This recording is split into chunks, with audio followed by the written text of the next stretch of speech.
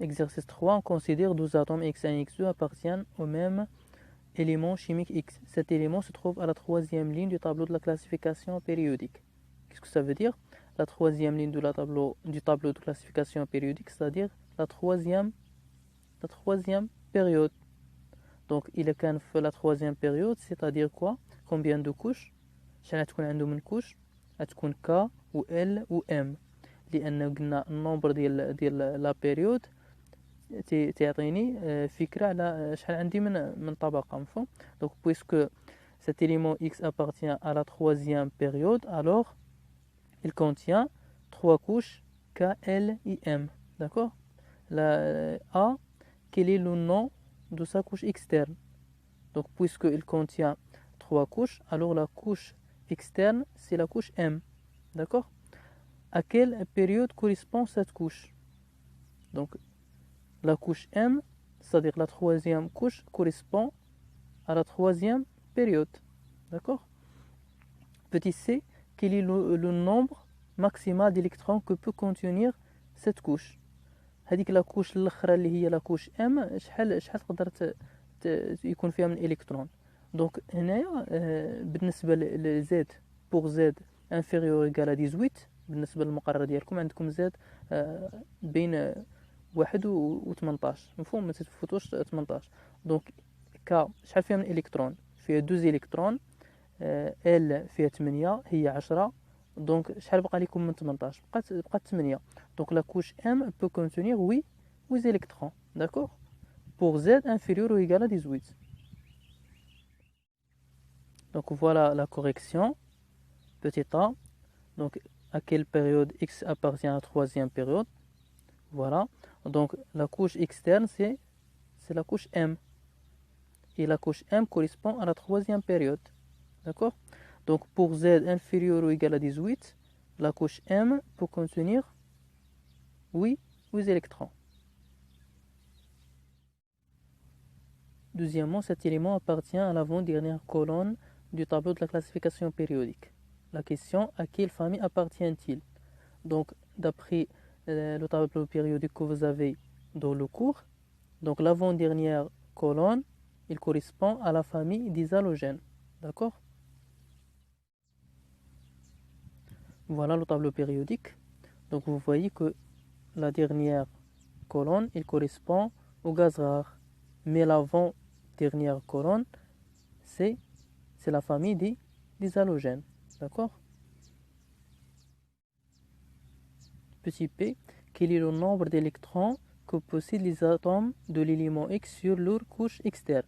Donc puisque l'élément X appartient à la famille des halogènes, c'est-à-dire l'avant-dernière colonne, alors elle contient 7 électrons sur la couche externe.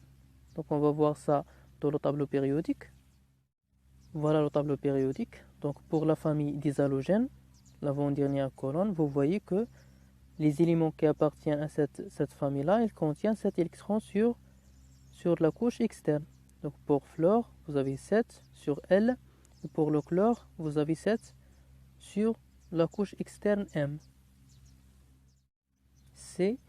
Écrire la formule électronique des atomes de l'élément X.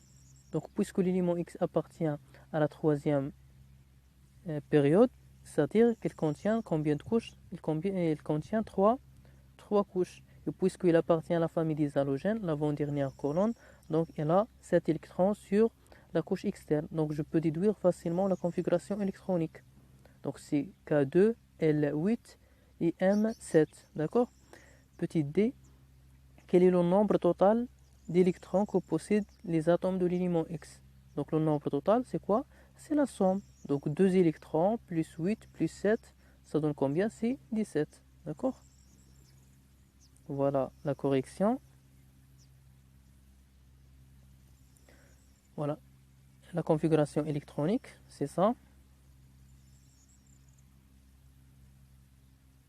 C'est ça la configuration électronique. K2, L8 et M7. Pour le nombre total, c'est la somme.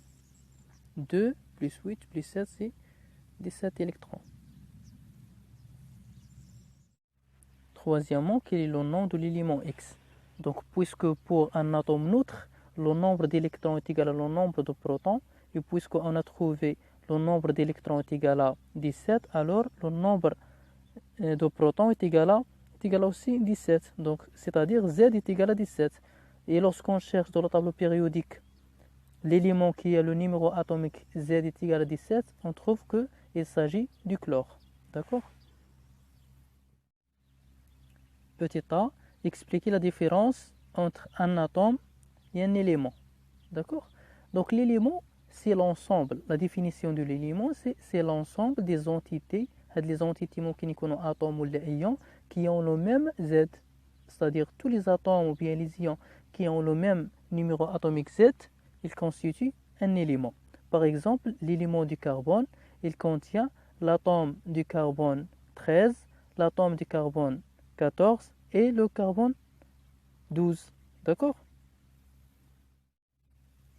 Voilà, un élément chimique, c'est l'ensemble des entités chimiques, c'est-à-dire atomes bien ions, ayant le même numéro atomique Z. Par exemple, l'élément du carbone, c'est l'ensemble des atomes, le carbone 12, 13 et 14.